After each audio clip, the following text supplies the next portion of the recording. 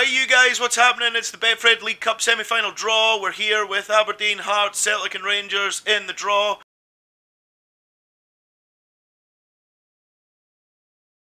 Alright, Hearts are out the hat. Aberdeen are out next. It's fine, don't worry. Get Aberdeen out, we'll play that on the Saturday, life's great. Ah, shit. Celtic, right, okay. Right, don't panic. Don't panic everyone, it's fine. Here's Aberdeen.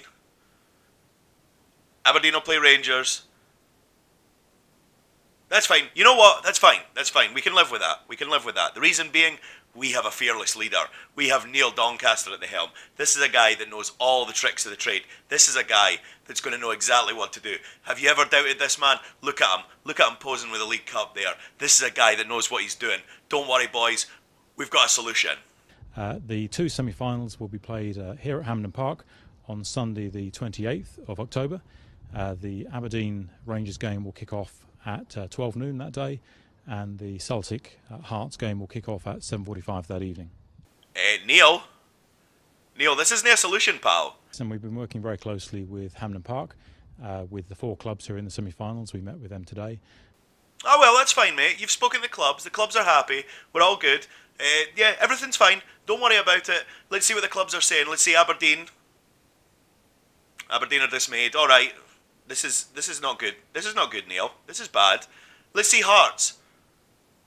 Oh, they've got a statement out. Everything will be fine. Don't worry about it. It's cool. Don't panic. Oh, shit. Right. Okay, this is a problem. This is an issue. This is an issue.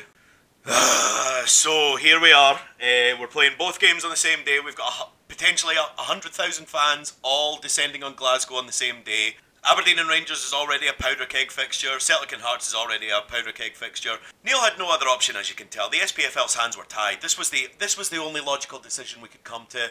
There's nothing else we could have done. And yeah, let's just get on with it. I guess that's the end of the video. But there are some other solutions.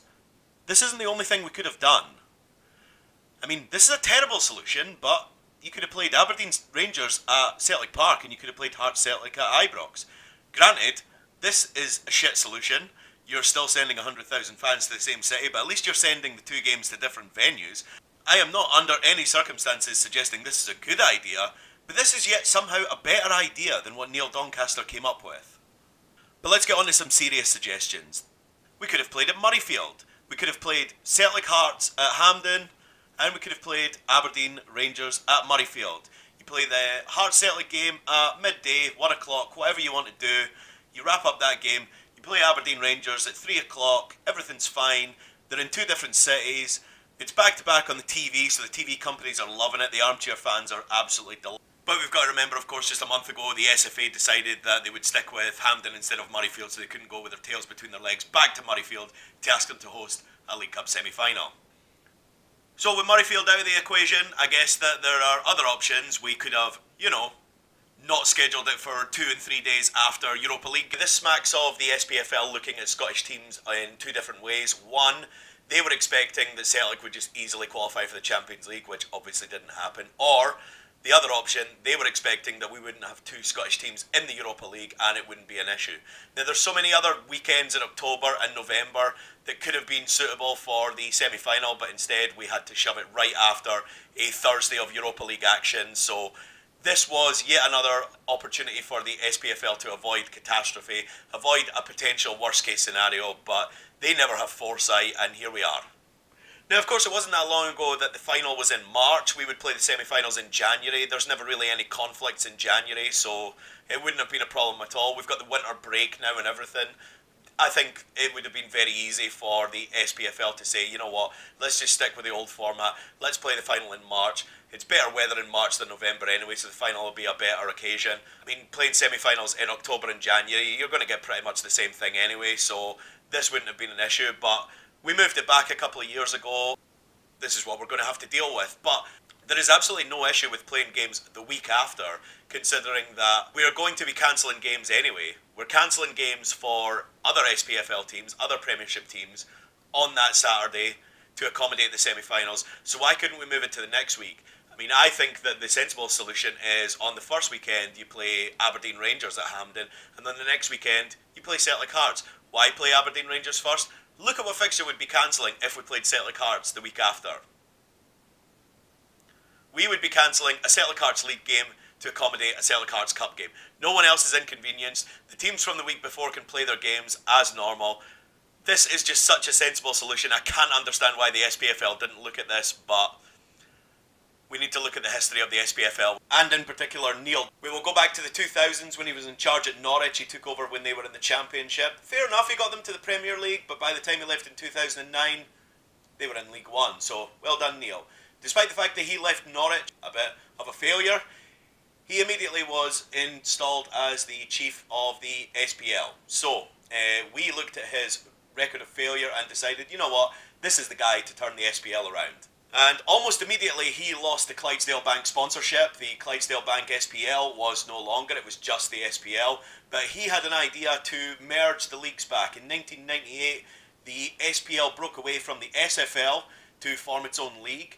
And we decided after 15 years of that, it was time for a change. This was actually positive change for Neil, so well done, pal.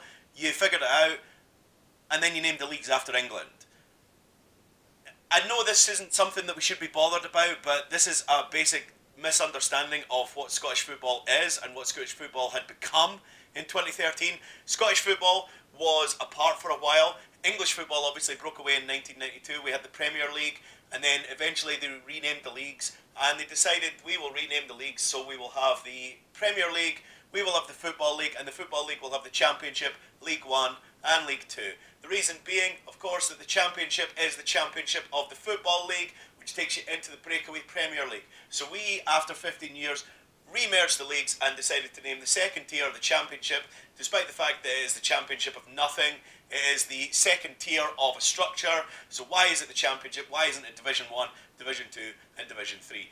This shouldn't be a big issue. This shouldn't be something that I get so upset about. But Neil Doncaster is such an idiot, he doesn't understand why the leagues are named as they are. Not to mention it took him 2 years of the SPFL to actually get a sponsor. It took him until 2015 to get Ladbrokes in. So congratulations, Neil, you sat for 4 years as the chairman of 2 different leagues and couldn't get a bloody sponsor. You're a legend, I'm proud of you. And then we get to the TV deal, which we compare to things like the Aviva Premiership. It gets much more money, despite the fact that no one watches it on Sky, despite the fact that the SPFL viewing figures are clearly bigger. We are sitting there with a TV deal that has been stagnant for years and hasn't moved. We were told back in 2012 when Rangers had their financial meltdown that we were facing Armageddon. What eventually happened was Hearts went into administration because they had a batshit owner. And other than that, everything stayed as normal. Neil Doncaster told us we can't improve the TV deal. Nothing could be done about the TV deal. Rangers aren't in the top flight. There's nothing we can do. Rangers have been back in the top flight for 3 seasons now and absolutely nothing has changed. And by the looks of it, nothing will change over the next while Neil Doncaster's in charge. We see leagues all over the world signing TV deals that are absolutely inflated compared to the last one. Ours has remained stagnant for years. That's an absolute failure. It's time for a change at the top. It's time for a change at the top of Scottish football. It's time for things to be different. It's time to bring someone in with vision, someone with ambition, someone who believes in Scottish football, someone that thinks Scottish football can be more than it is right now, someone who doesn't talk our game down, someone who doesn't think, oh, this is all we can do, we have to settle for this, there's nothing we can do, let's just stick with what we've got, let's just put 100,000 fans in the same city, what can possibly go wrong, let's sit for 4 years without a sponsor, let's just fail and fail and fail and fail and fail. It's time for Neil Doncaster to go. It's time for change at the top of Scottish football. We need a structure in Scottish football that supports what is great about Scottish football. You can look down the road and look at English football and you look at money falling out of their pockets. 11 clubs in English football last year, 11 clubs in the English Premier League, that even if they hadn't sold a single ticket would have turned a profit, whereas we're sitting in Scottish football. Celtic can't even qualify for the Champions League again. Rangers did well to get to the Europa League. Kudos to them, qualifying from the first round to the end. But that seems to be the absolute limit of our ambition.